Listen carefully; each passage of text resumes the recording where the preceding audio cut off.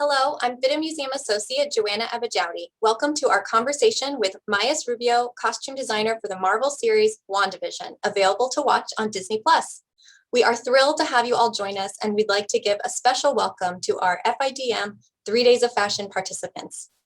Earlier, we put a call for questions to our FIDM and FIDM Museum audiences on social media. We'll spend the last portion of our conversation asking Mayas your questions. Now it is my pleasure to introduce our esteemed guest. Maya C. Rubeo adds Marvel Studios' WandaVision to her roster of projects in the Marvel Cinematic Universe, which include 2017's Thor Ragnarok and the upcoming feature film Thor: Love and Thunder, which opens on May 6, 2022. Mark your calendars. She was the first Latina to be nominated for an Oscar for Best Costume Design for her work on 2019's Jojo Rabbit, for which she also received a BAFTA Award nomination. Other career highlights include Apocalypto, Avatar, Warcraft: The Beginning, World War Z, and John Carter. Rubeo was born in Mexico City and went on to train in fashion and costume design in Los Angeles. In a career spanning over 2 decades, Rubeo has collaborated with visionary directors such as Taika Waititi, leading studios, and screen stars. It was Rubeo's collaboration with Mel Gibson on Apocalypto in 2006, for which she delivered a powerful image of the lost Mayan civilization that set her on the path to creating the look of the otherworldly on an epic scale. She then created the visual identities of the Na'vi people in James Cameron's Avatar in 2009. Rubeo's work has been featured in international exhibitions, including Hollywood Costume at the Victoria and Albert Museum. Her work has been showcased many times in the FIDM Museum's Art of Motion Picture Costume Design exhibitions. Ladies and gentlemen, please join me in welcoming Mayas Rubeo. Hello. Mayas. How are you? Thank you for having me here. Oh my goodness. Honored. We are just so excited to talk to you. We can't thank you enough for making the time to speak with us. And the time difference, I know I said good evening, but it's actually morning where you are. You're still in Australia? I am still in Sydney, Australia, and it's 10:40. It's this morning is very decent hour. Oh my goodness. Well, I'm so glad we could make this happen across continents. And we just can't wait to hear what you have to say. So why don't we just dive right in and start at the beginning? And if you could just give us a little bit of background on how you entered the field of costume design.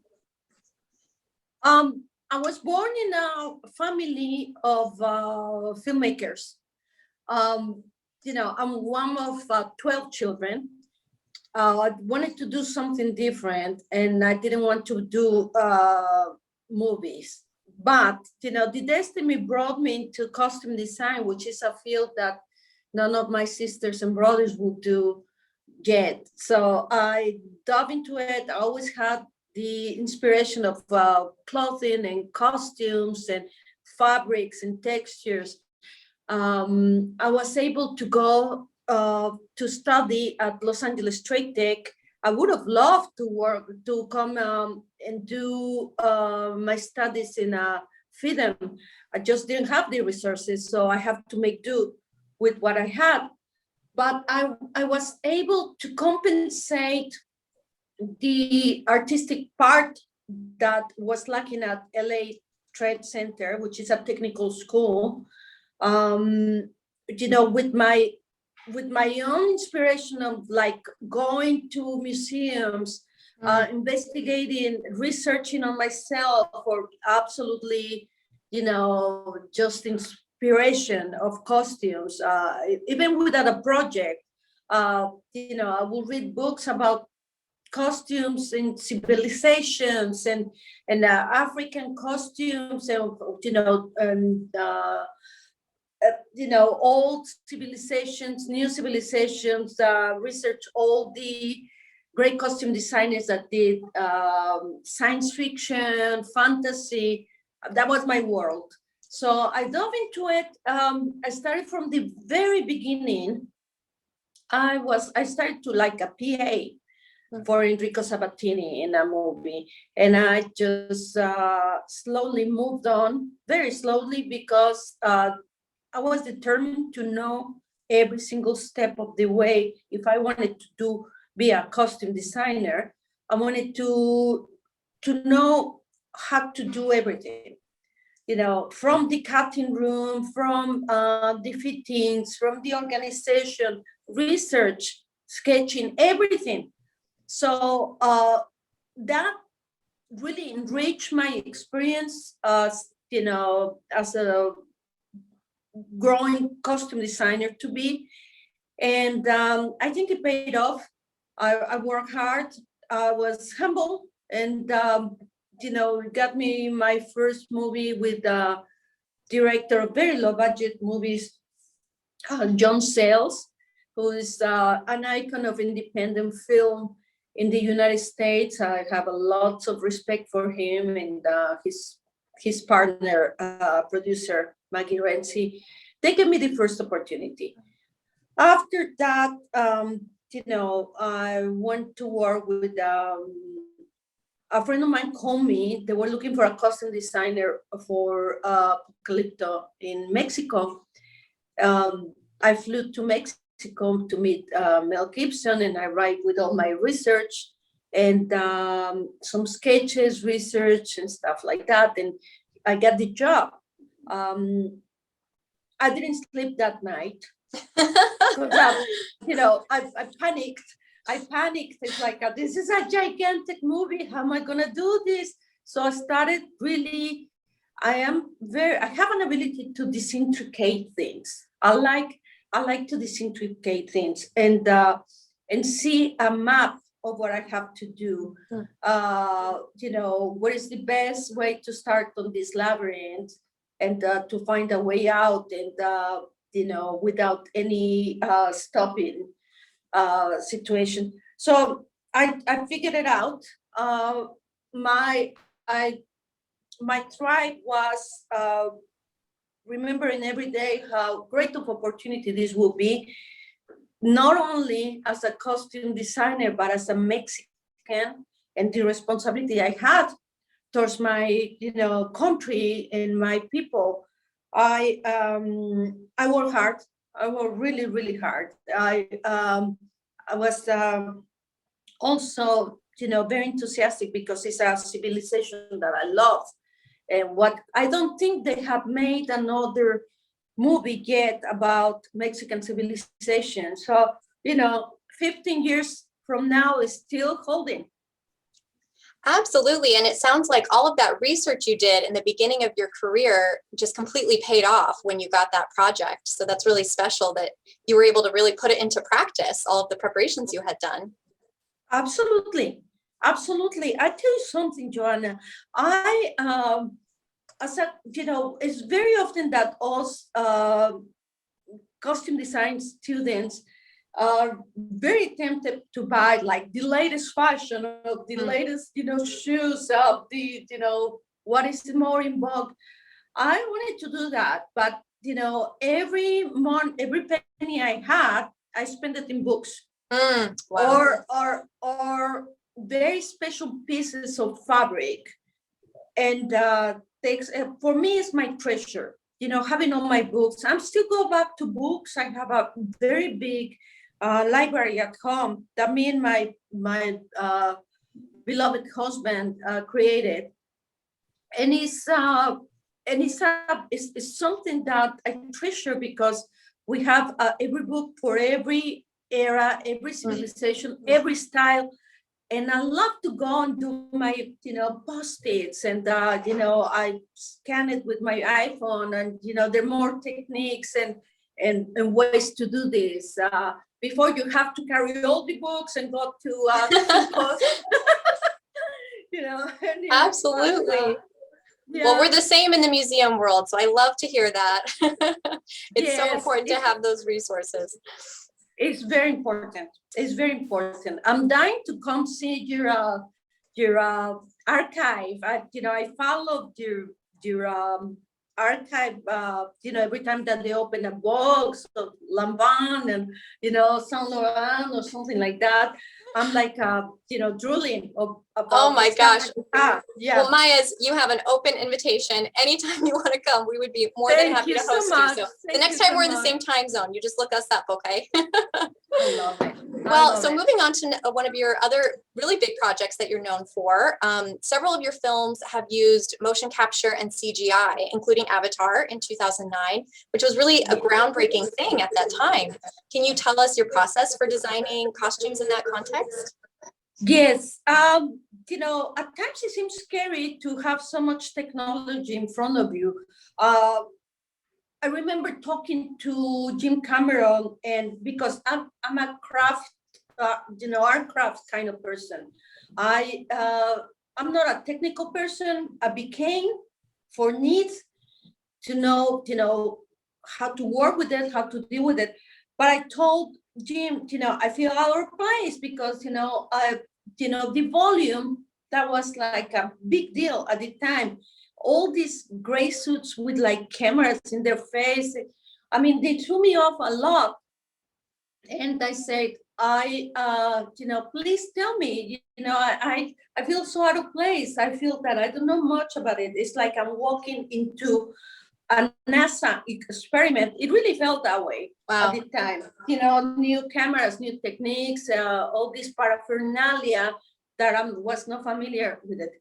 Well, he was very bright, very intelligent, because he said, no, just know what you have to provide, and you still provide in every costume, every texture, everything. We're just not making multiples, which is a big part of the thing. But he walked me through, and he said, I don't want you to lose your artistic side and my brain doesn't work that way. Don't worry about it. I'm not gonna lose that, but I have to understand what I'm working with it, because this is logistics. And he organized to walk me through every step of how it would work. And then I understood, okay, they still need costume designers.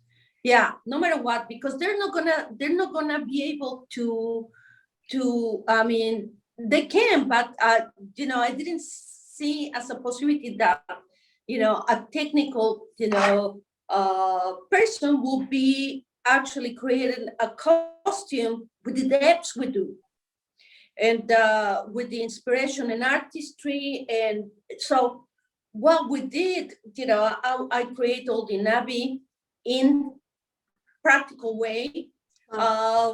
We make two sizes because they have maquettes of 9 feet tall, maquettes of the Navi people, but also for reference, I reference and stuff like that. But because they were big, long, tall creatures. But also every costume I made, every single headpiece I made, it was made for real. Wow. It was made with like all the techniques and all the intrication and all the weaving and using, hard stones and painting and dyeing, and all of that happens. Up to now, the technology, I catch up with technology, I would say. And I can tell you that no matter what, they still need costume designers, and it's better. It's better for everybody, because if they have to figure out in post-production how to do that costume, they're gonna be calling you, and they're gonna be trying to make that costume for reference anyways. Wow. So yeah. it is still, what it looked like a menace to our, to our craft. It's not that anymore, because gladly they still need costumes. Sure, and as do the actors too.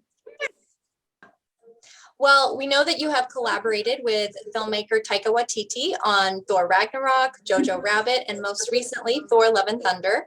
And just wondering, what do you think makes your working relationship with Taika so successful? We know each other's mind very well. Taika is an incredible, talented artist that that his mind is going a huge speed, and also I'm very close to him, and I have a constant communication with him, thank God. And he is able to tell me what he wants, and also what, how does he feel about that color. He's very keen on having the right color, the right texture. He appreciates the craftsmanship. He is really, he's somebody that is so in tune with costumes. I think he even knows how to sew. So, it's really, he's into it. He will, every time that he had some time off, he comes to the workshop and starts looking at things, and we play around and we talk about that character and that fabric, and he's really involved. Yeah, so that really helps a lot.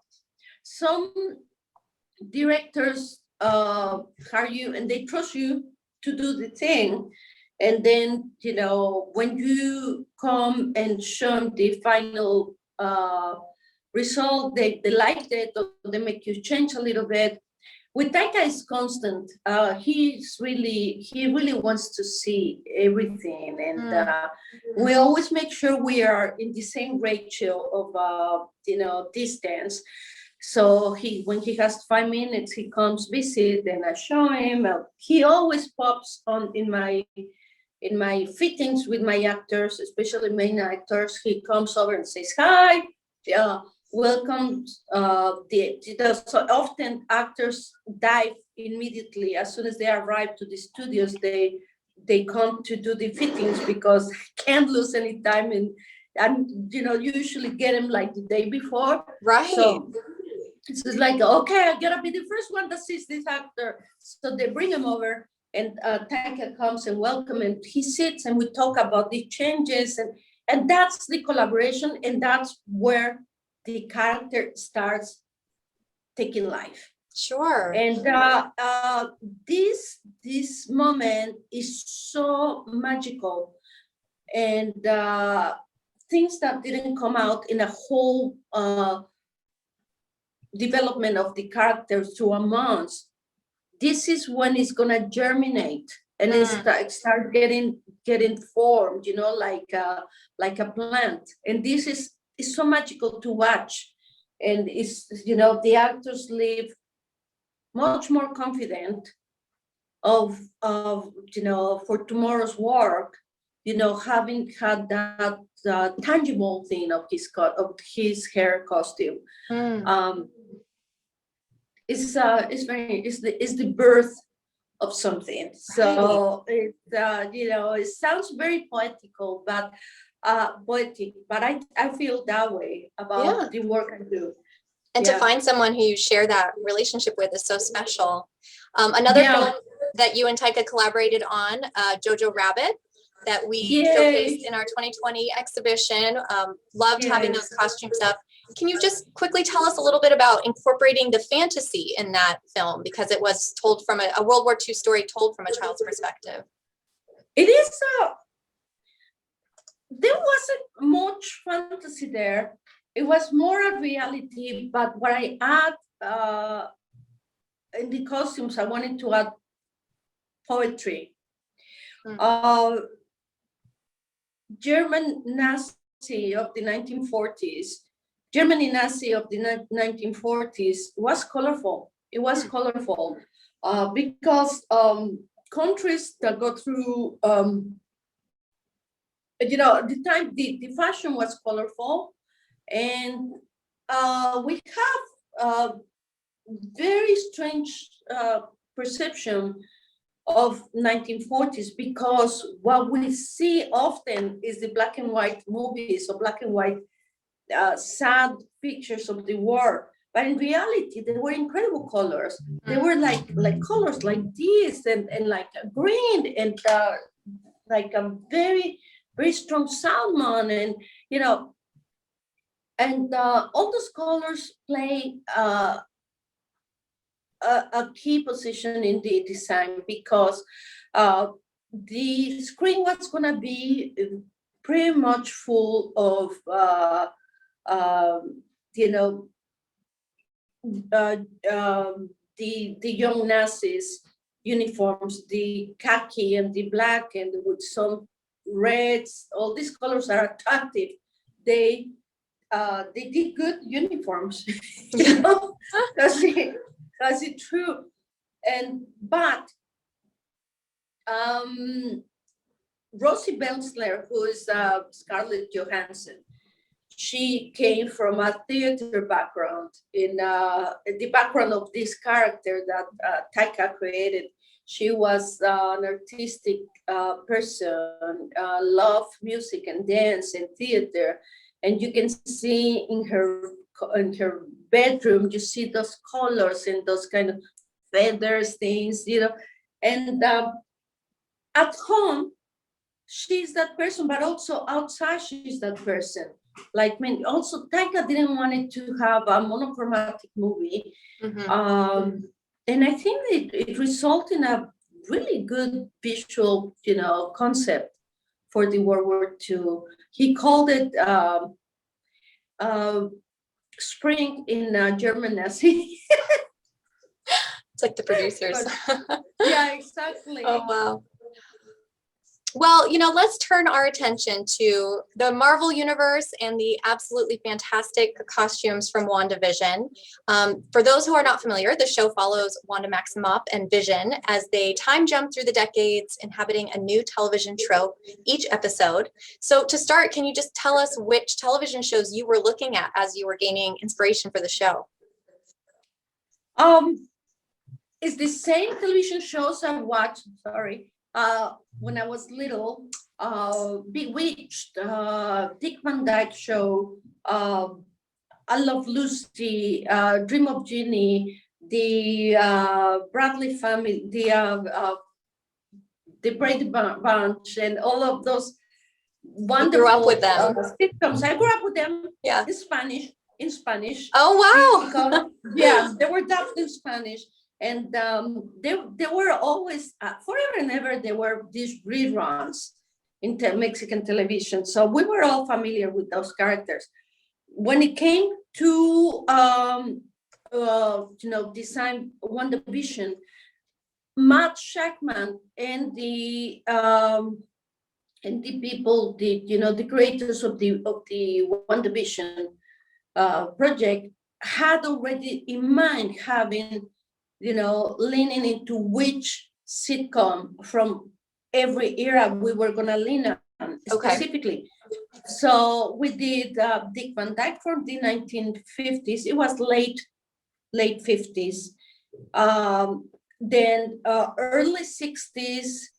I Love Lucy. Wait a minute. Dick Van Dyke. I Love Lucy, Dick Van Dyke, was that then Brady Bunch? Brady Bunch, and then Bewitched also. All of those were part of the 1950s and 60s. And also, one of the things I wanted to portray, there's a scene of the wedding, the wedding dress. I wanted to do an homage to Audrey Hepburn in a movie called Funny Face. I don't know if you're familiar with this. It's my 100% favorite movie. I have a picture of it on my wall in my office right now. You're kidding me? No, so I love that costume.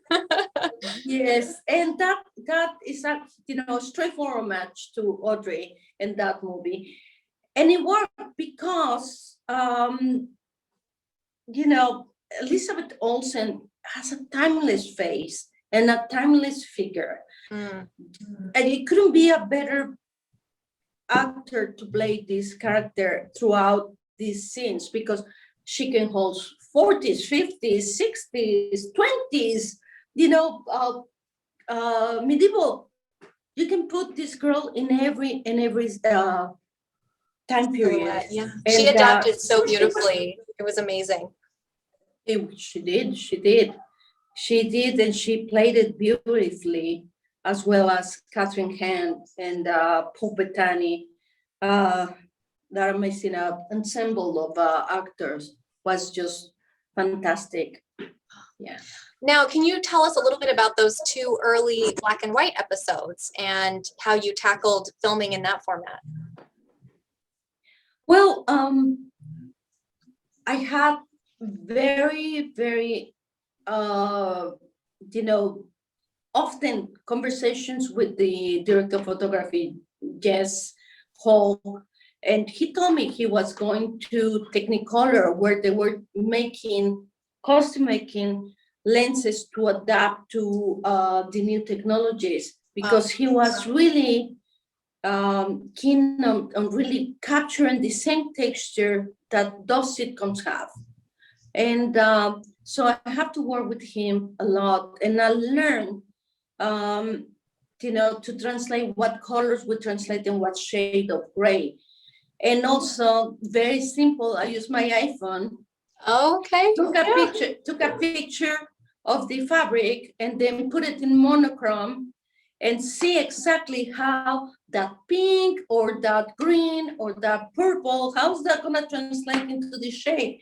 And that worked a lot, because they were doing the same thing with the production design. We were on the same page.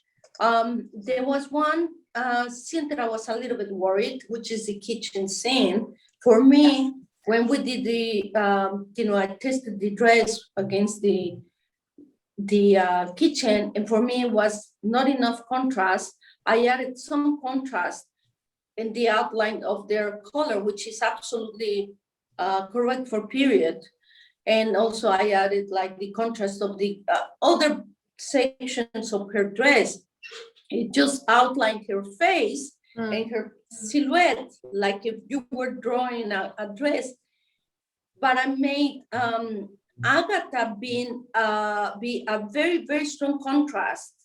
And that also made it in a subliminal way. So when she knocks on the door and you see this like very strong contrast, it's ominous that this person is not gonna bring a peaceful, contribution to the whole being that she was being created. It sets the tone. Yeah, she set the tone. And so that, I played a lot with that, with the characters and their lines that they had to say, and my constant communication with Matt Shackman and Jack Schaefer and the key department's head. It was really key to create this show, to bring it to that successful visual that we did. Now, you mentioned Catherine Hahn as Agatha Harkness, which is a new character from the comic books that was introduced into the Marvel Cinematic Universe. Can you just talk a little bit more about designing for Agatha? It seems like such a fun character, especially because she has this hidden motive throughout the series. She was very, we didn't cast Agatha for a long time, and I was very worried. Until they cast her, all my designs came to my mind, and I had everything already organized. Something that was super important for me in this movie is to have a textile locator that was brilliant, that knew every nook in downtown LA, every person that has vintage collection fabrics. She, I will say, her name is Susan Anderson. I really want to say her name because she was brilliant. I will show her what I want, and she will say next day or in the afternoon, we'll bring incredible vintage fabric. I'm a great believer of using vintage fabric for vintage costume. If you can, it's difficult, but that's what it makes it more interesting, using the real thing. And because if you're making a crisp kind of a dress like the wedding dress, you have to have that beautiful organdy from France, and mine had even like some grid that you can barely see it, but it created something interesting in the dress. We had also, beautiful taffeta from Italy, and I think from India. We brought those from India. It was the mint color taffeta that had that kind of iridescence, almost like a two-tone play. Oh, it was amazing. And that's the dress that Wanda wore for the dinner. I just wanted vintage stuff if possible. If we didn't have any vintage stuff, then I will try to create it in-house with like printing or serigraphing. Yeah, we we really went full on with the fabrics. It was important. Yeah. You mentioned, I think in a previous conversation, Wanda's 1970s maternity dress that you had to print the fabric for that. You found vintage fabric, but then needed to replicate it because she's expanding so quickly throughout that episode. Can you talk a little bit more about adapting that costume to the storyline? Yes, we actually got about 50 yards, I think, of that fabric, but you have to make the 12. So making the 12 just waste some fabric. We were so lucky because the way I designed the dress, oh, by the way, it was only printed on one side. Oh. So the lines were going only one way. Okay. And there is a way in the back of it that you can see that it's not matching too well with the other shoulder. But we brainstormed and we put it in a way that to make it work nicely. And it was worth it. Also pitched the idea to having some sort of like a curtain design from the waistline, which is called encinta. That's when a pregnant woman in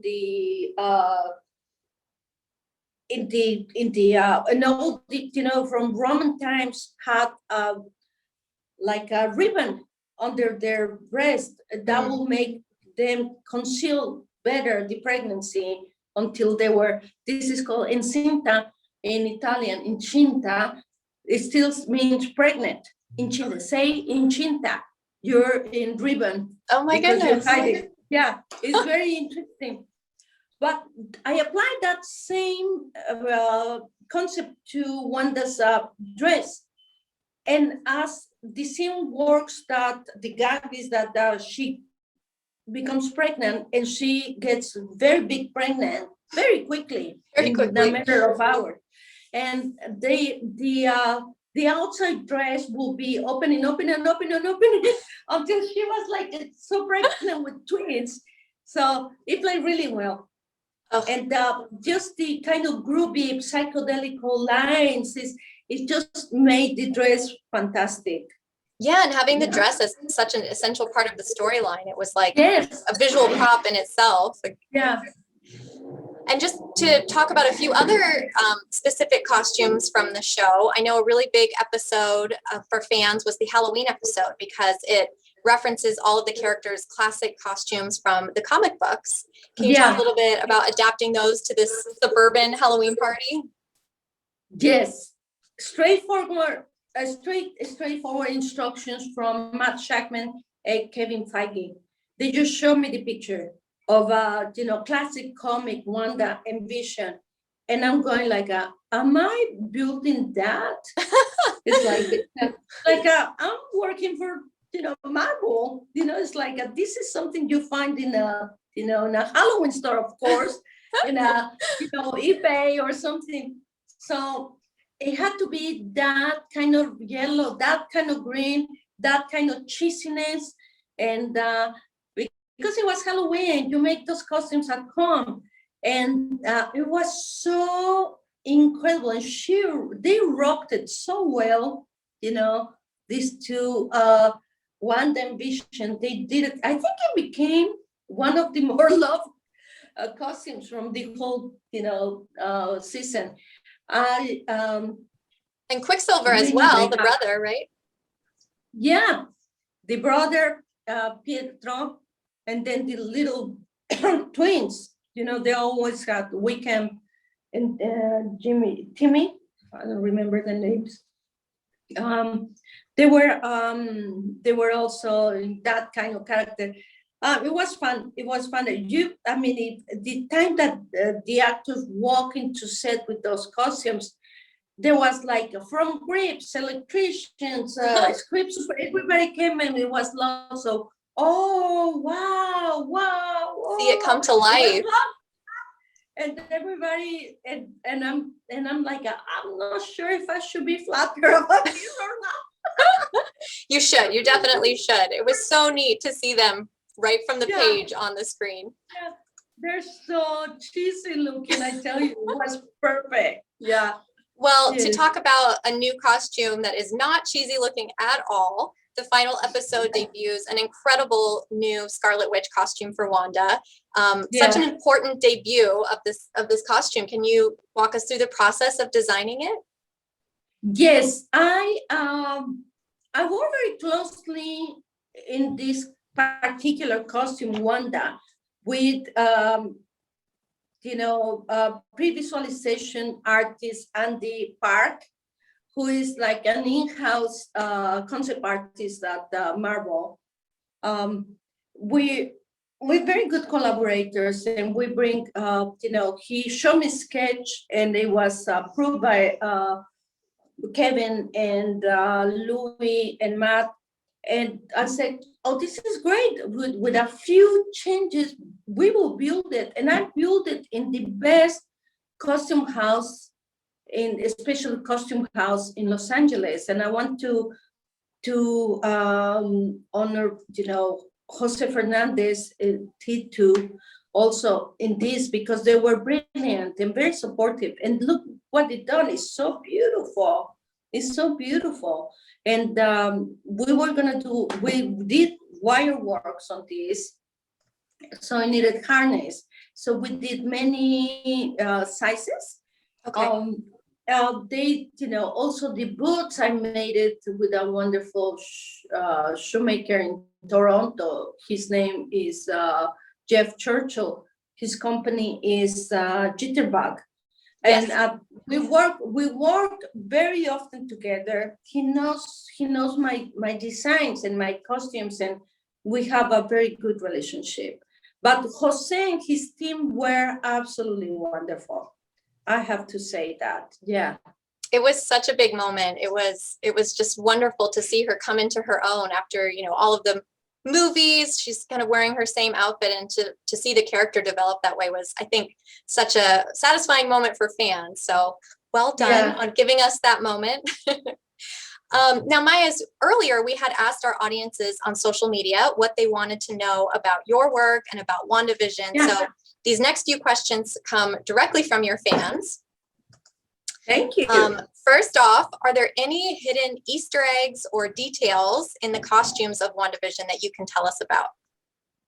I think the only Easter egg that I could see is the medallion that I created. I designed this wonderful medallion for Agatha, that she wears it from the first scene that we see her. The medallion is a classic cameo medallion like this, and it has a figure of three ladies. Usually this kind of medallion portrays the three graces in life.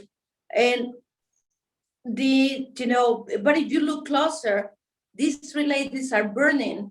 They're at the stake. And this represents the three witches that she was burning with. She being one of them in one of the scenes.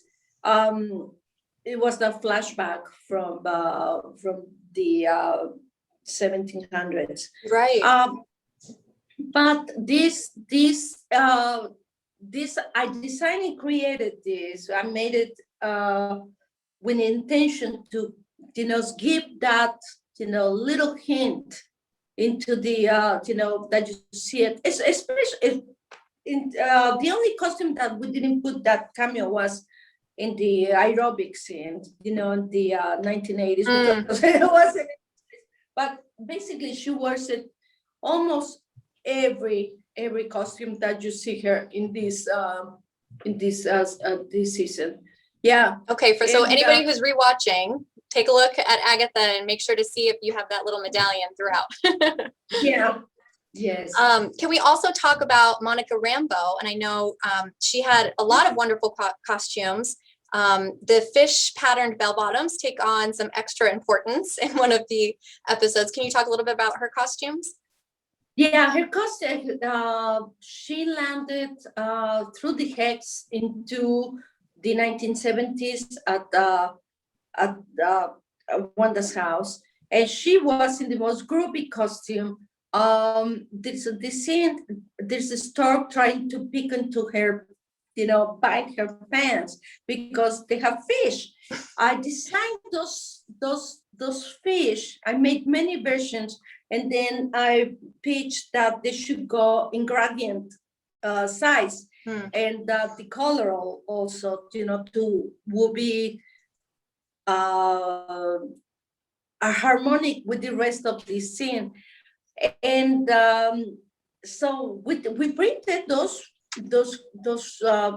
fish into a Euro jersey fabric, which is like super, elastic and supportive. And it took all the ink. It was really, really beautiful. And it looked like if it was another fabric.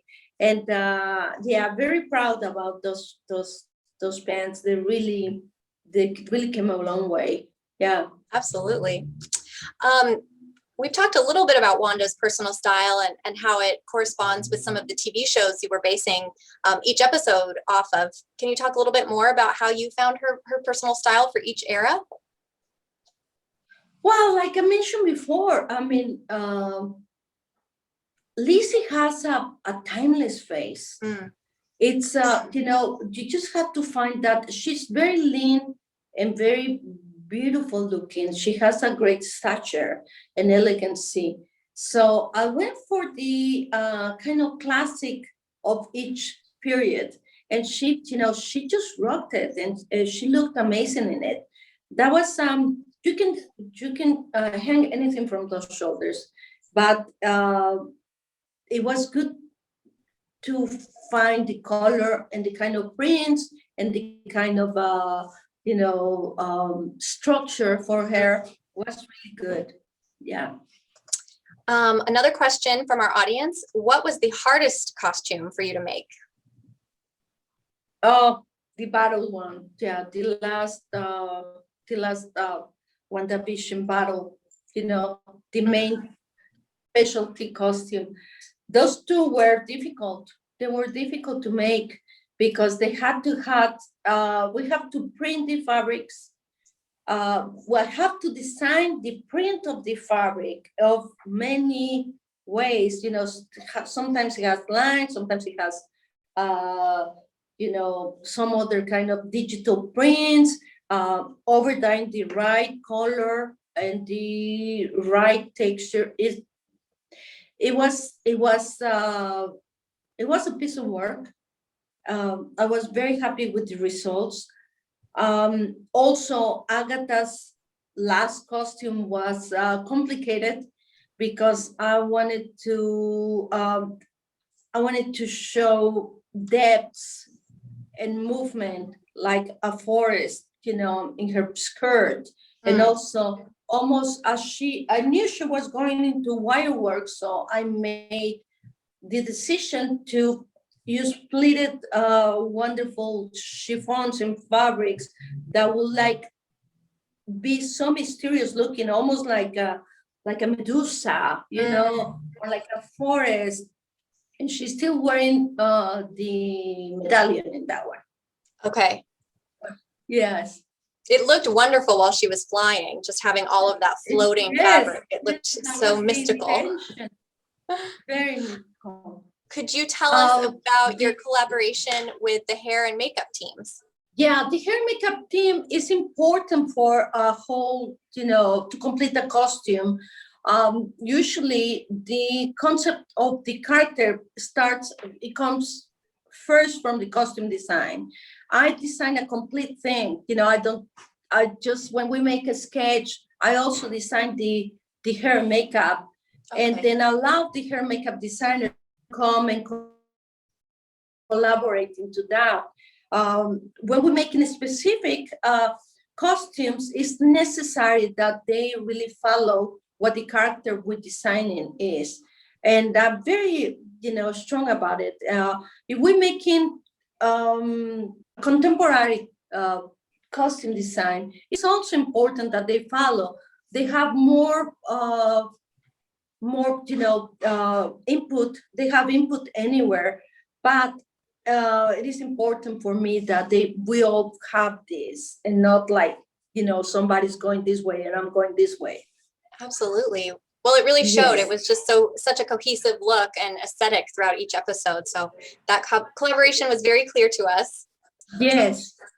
We just want to give a big thank you to Mayas Rubeo for being with us this morning for her, and for sharing so many fascinating insights about your career, your work on WandaVision. You are absolutely an inspiration to the next generation of costume designers, and we just are so appreciative of your generosity with your time with us. Thank you so much. It's been my pleasure. Thank you, Maya. And we hope that we can see you and your costumes in person soon. So we look forward to welcoming you back into the museum. I love it. Thank you. I'll be there. Thank you so much. That sounds great. Thank you. Bye-bye, Mayas. Thanks so much. A big thank you to Mayas Rubeo for being with us this evening, for sharing so many fascinating insights about your career and your work on WandaVision, and for being such an inspiration to the next generation of costume designers. We hope to welcome you and your costumes in person back to the FIDM Museum very soon. We thank all of you for joining us as well. We've had a lovely evening. We invite all of you to follow us on Instagram.